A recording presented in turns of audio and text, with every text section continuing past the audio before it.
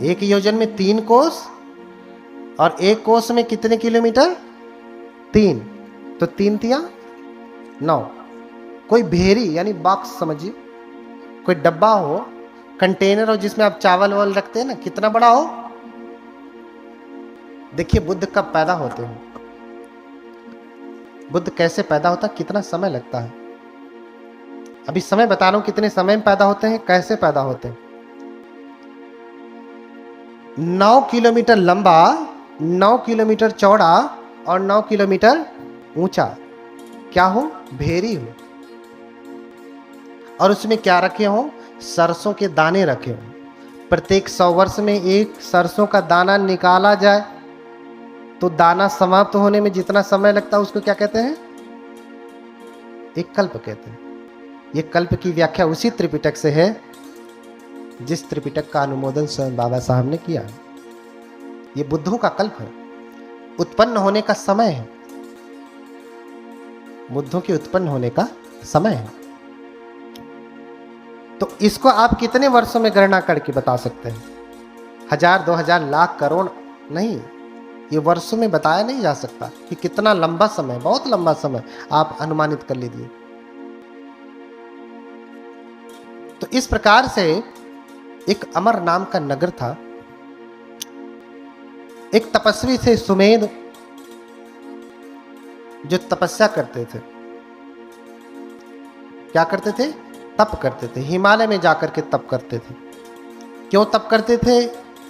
क्योंकि जब उनका जन्म हुआ तो माता पिता सब कुछ छोड़ करके चले गए। सबके माता पिता सब कुछ छोड़ के ही जाते हैं, लेकिन किसी की आंखें खुलती हैं, किसी की नहीं खुलती हैं। और जब सब कुछ छोड़ करके गए तो सुमेध सोचने लगे कि इतने मेरे पितामह सामर्थ्यवान थे, मेरे पिता सामर्थ्यवान थे, लेकिन ये कुछ भी लेकर के नहीं गए।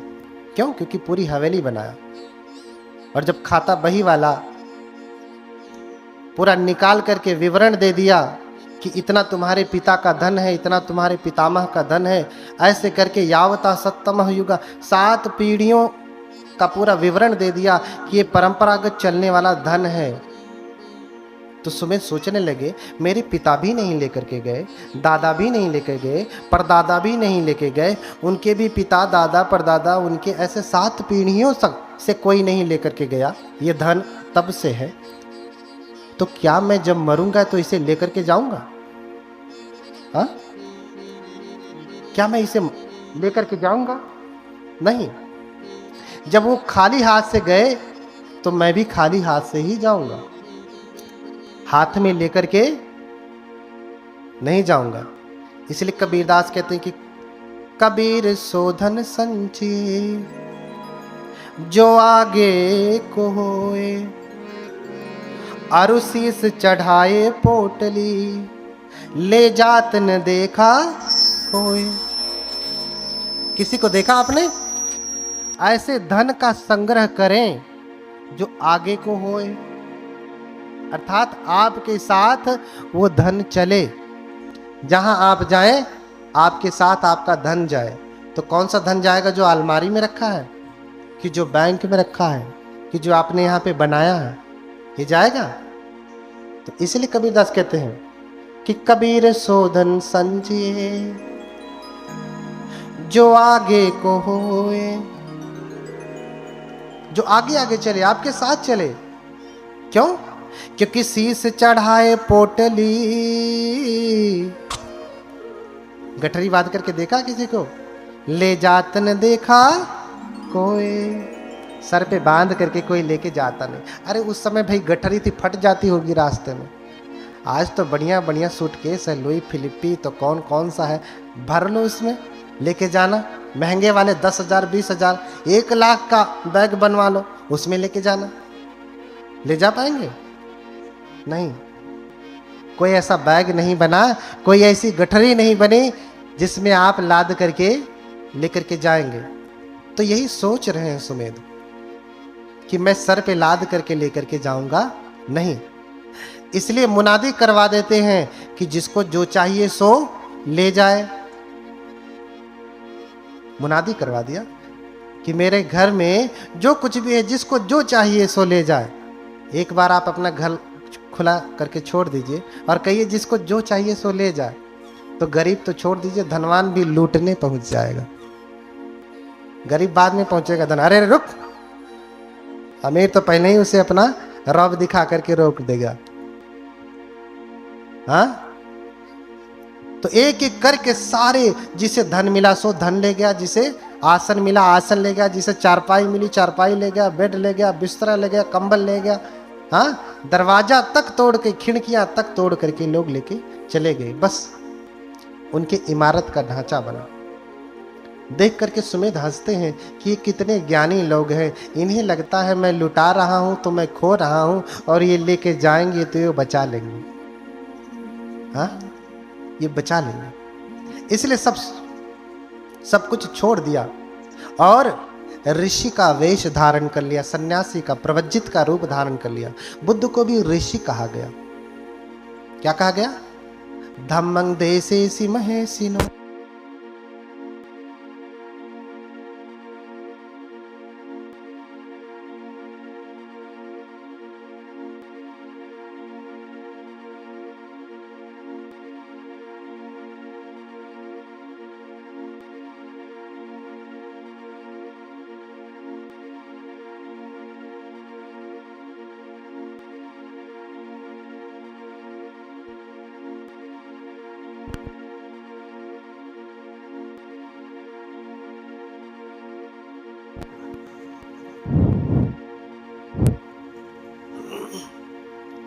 बोलिए भगवान बुद्ध की। भागिए मत, अभी तो शुरू हो रहा, अभी तो पृष्ठभूमि बन रही।